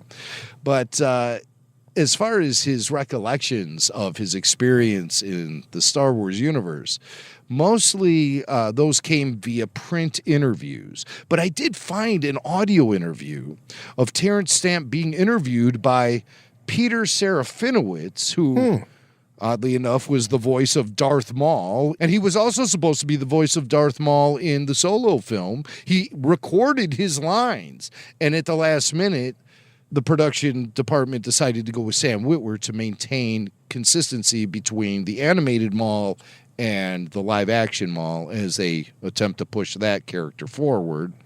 So there's been plans for Darth Maul in the mix for quite a while. It's just they tried to launch the character in the Solo film, and it didn't quite take off. But Serafinowicz was supposed to return as Darth Maul. That's something I just learned rather recently, as a matter of fact. But why Peter Serafinowicz? Well, he hosted a show on BBC Radio called Joy of Six, The Joy of Six. And it's basically a show where Peter chooses 6 songs and plays them, and he converses with his celebrity guests about their career and about the music they're listening to. And at one point, Peter talks to Terence Stamp about the Phantom Menace. And I find this really interesting. He talks a little bit here in this first clip about how he got the role as Finis Valorum. I'd just moved in with my girlfriend in Australia. I'd been here, I'd picked up some clothes, I'd gone back to Sydney. And the day after I landed, I got a call from my then agent, and she said, "Oh, they want you in Star Wars, they want you in Star Wars." I said, "Well, when?" "Well, now, they want now." I said, "I've just arrived, love. I'm on the other side of the world, you know." No, but it's Star Wars, they want you." I said, "Is it a lot of money?" "Well, no, they don't pay much, you know, 'cause it's like Star Wars, you know." I said, "Yeah, but no, but they really want you, they really want you." I said, "When do they want me?" "Well, they want you to come back tomorrow." I said, "Well, how many days work?" "Well, 2 days work." I said, "Love, I just got here, you know what I mean?" "Well, no, but listen, they really want you." And like, you have a scene with Natalie Portman, who I must admit, I had a terrible crush on her. So I said, "Yeah, but, you know, if it's like 2 days work." No, but it's going to be good, you know. Everybody goes to see Star Wars." I said, "What's the part?" She said, "Well, he's the president of the universe." I said, "Oh, okay, I'll get on the plane."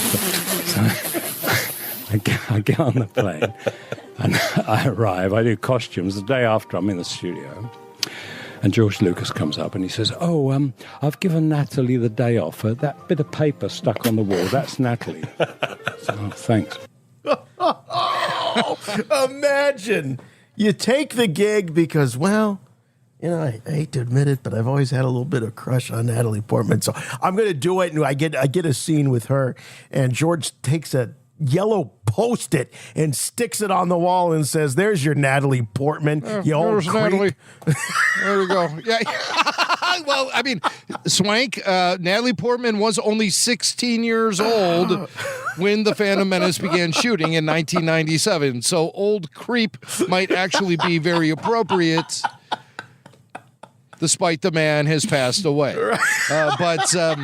But listen, the way I decipher that statement about Natalie is the same way I decipher John Williams when he says he has a thing for Daisy Ridley. You know, it's kind of like that thing where he's just like, there's something about her that it's just a warmth that they I don't think it's like a creepy sexual predator kind of situation here. I agree. But it is weird that he says I had a crush on Natalie Portman, you know. I love the 16-year-olds, you know. You know what I always say, if there's grass on the field, play ball. I'm sorry, Swank. Swank's hearing me say this, and he's got a 16-year-old at home. Yes. Well, sorry. You know, sorry. No, it's all right.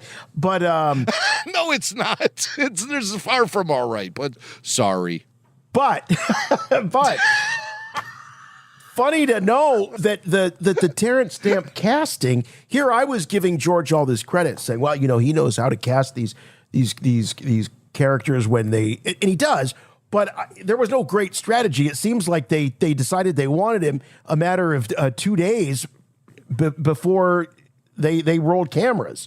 So that seemed like that was a really fast.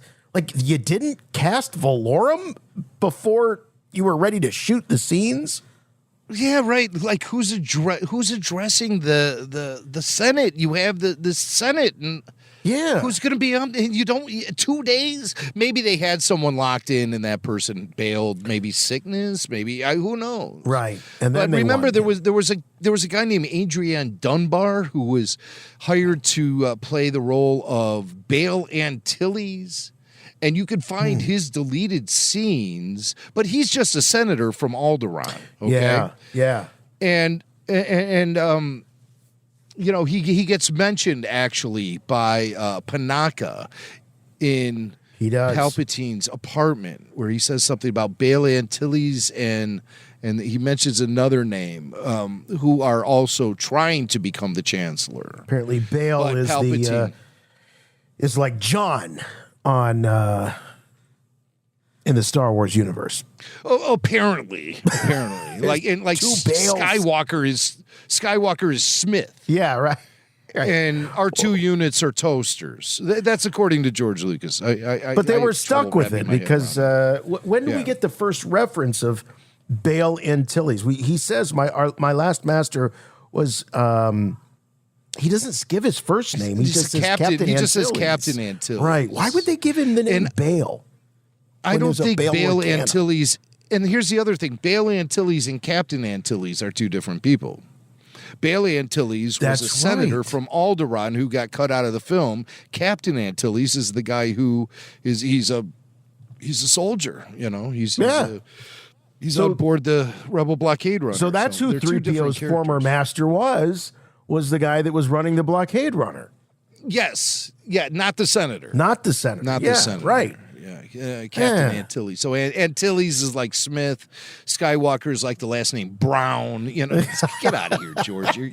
Come on, George. You got a lot of those names in your little notebook. Don't repeat yourself and confuse things. Mm-hmm. So Terence Stamp, he did appear in the Phantom Menace. He did a couple of days of shooting, but then they called him back and said, "Hey, guess what? We got to do some reshoots." And at this point, he was like, "Well, yeah, sure, but like Liam Neeson always says, no per diem, no Liam." So Terence Stamp is taking a very similar approach with the reshoots, and he explains how that all went down in this clip. And then I did the following day, and then I was off.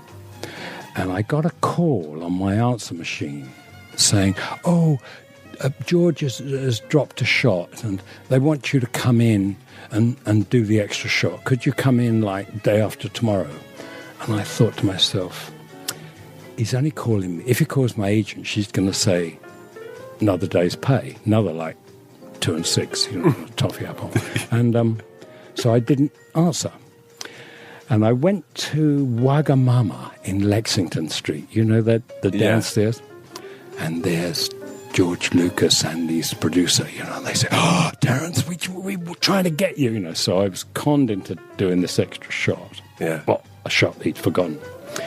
And while I was there, I spoke to, I guess, a woman, either producer or line producer. And I said, listen, you're not paying much money, and it's making sort of hundreds of millions. Like, what goes down? What happens, And she said, if the actors, are really good, George gives them a present.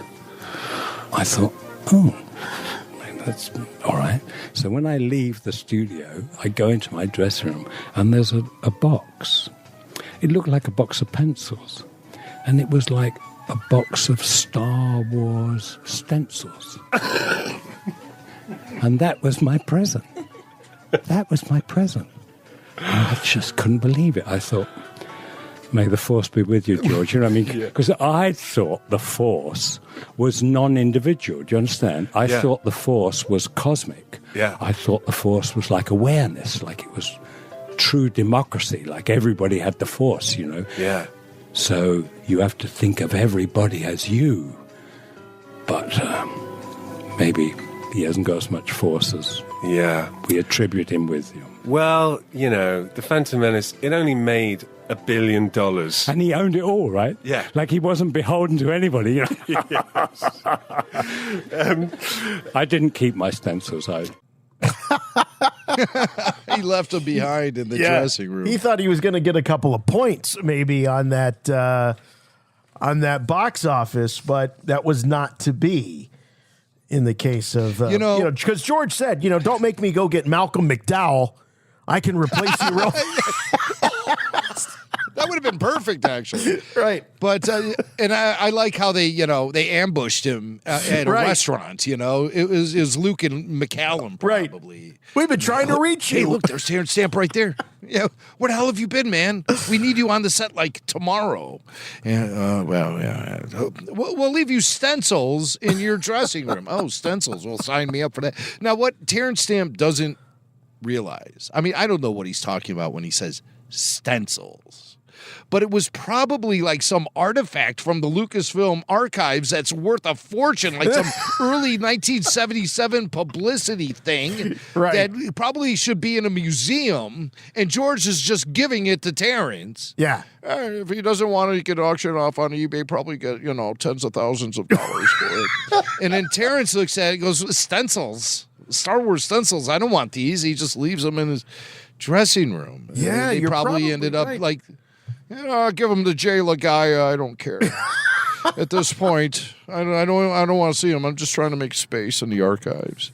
But I mean, like, who knows what those stencils were? I mean, they could have been something like very valuable. They really could have. But when you hear stories like that, by the way, what was with the lounge music in the background of this? Yeah, I don't know. That's interview? just some effect that they added to sure their production. Was a mood, wasn't it? It was. Yeah, it's bizarre. I don't get that, but whatever. But it was it's cool their to hear him. Not mine.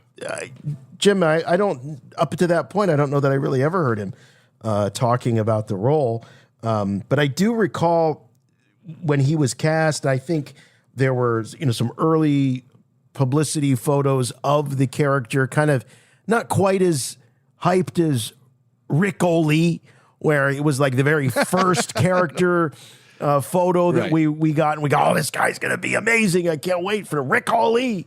But I remember early on seeing Valorum and thinking, oh, this guy he's the pre-Palpatine. He's the Palpatine before Palpatine. The pre-Palpatine. Well, he was offered with that initial blast of Hasbro action figures for the Phantom Menace. When we all went there for the Midnight Madness, he was one of the collectibles that we were all searching for. And he came with like some big staff you never see him hold in the film. And he came with those Comtech voice chips where you would get this weird robotic version of his voice, and like those great lines that he had in the movie, such as, do you concede to... I mean, what is he even saying?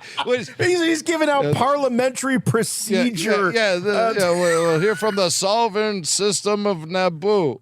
Do you wish to pass... I mean... He was like he got the worst lines in the history of Star Wars. He really did. But he was basically hired to be Palpatine's doormat. Yeah. And that's who he was. And Palpatine wiped his feet on his back as he stepped over him into the I don't know, Emperor's chambers or whatever.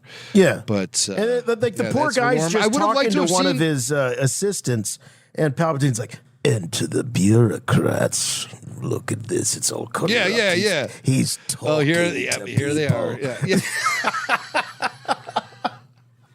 Oh, boy, man.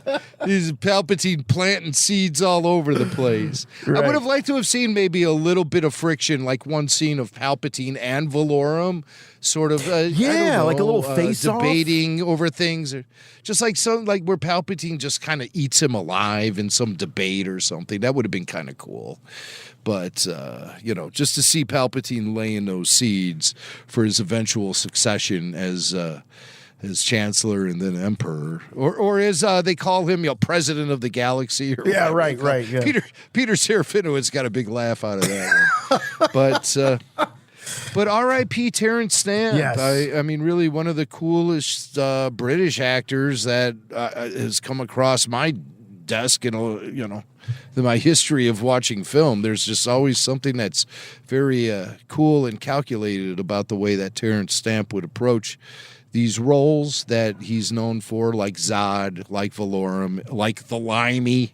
Let's not leave out the Limey. Again, I can't recommend that movie enough. I really enjoyed it. It also has Luis Guzman in it. Remember Luis Guzman? Luis Guzman. Yes, that's right. Or Guzman. I'm sorry, Luis Guzman. And I think Leslie Ann Warren was in it. It was a very good. Was Daniel Craig in that? Oh, good question. I don't know. I think Daniel Craig was in The Limey. I think that was an early Daniel Craig. Yeah. Oh, well, that's interesting. Again, I haven't seen the movie since I saw it in the theaters when it first came out 26 years ago, but I have a very strong memory of the whole thing, and I'm going to search it out because, again, I just love the trailer. That's what sucked me in, with the Who's, the Seeker in the background, and he's just walking down the street being a badass. There's something that just so appealed to me about that image that I knew that this was a film I had to see. And then also, this was just like prior to the release. I think it was just prior or immediately following the release of The Phantom Menace. So, yeah, maybe it was like that fall. Phantom Menace came out in the summer and then that fall. So I wanted to see, to me, this was the further adventures of Valorum, the Limey is the further adventures of Valorum. I'm sorry, Craig wasn't in that. He was in Layer Cake, and I don't know why I got the Limey and Layer Cake mixed up. But I do have an answer on that Valorum book. If you need more Chancellor Valorum, it's called Cloak of Deception. So you can check that out. That's... Bada bing. Was it that Alan Dean Foster? Who wrote that? Do you know? I don't know, but I know it's Legends now. It's all legends to me, my friend. And so was this episode of RFR.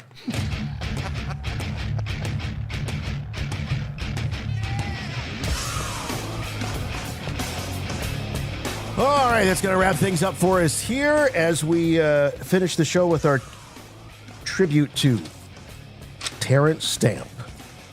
No, I threw that Malcolm McDowell line in there because I always got them confused. They were two character actors that because I actually thought that it was Terence Stamp, that it was in that Star Trek Generations film where Kirk dies. And I realized, oh, God, no, that's Malcolm McDowell from Clockwork Orange. And anyway, different guys. Amongst many other things. So, Rebel Force Radio, if you need more of it in your life, the best way to get it is Rebel Force Radio on Patreon. Earlier in the program, we talked to you about all the great benefits when you become a Patreon member and support the program here, including exclusive podcasts and the full show video. So check that out over on patreon.com/Rebel Force Radio. Please continue to watch Rebel Force Radio highlights over on YouTube. Go to youtube.com/Rebel Force Radio. And in addition to highlights of the podcast, you'll also find a lot of archives going back now closing in on 2 full decades of our podcast adventures together. So check all that out on YouTube. You can follow our adventures off the air on Instagram and on X and on Facebook. There's an official Rebel Force Radio listener Facebook group that you can join after just answering a few basic questions to prove that you know what you're talking about and you're actually a Rebel Force Radio listener. We keep it very easy breezy over there. And the official website for all things and everything, RFR, rebelforceradio.com. Please keep listening to the podcast and suggesting it, referring your friends to the podcast. We appreciate those referrals. We appreciate the subscriptions on the podcatcher of choice that you use. And we really love to have reviews. If you're able to leave us a review of the podcast, we love to hear it. We love to read them. Just one simple rule, please. Make them good. That'll do it for us here this week on RFR. We'll be back next week with a whole lot more. So we'll see you then. Until then, for RFR, I'm Jason. I'm Jimmy Mack. And remember, the Force will be with you, always.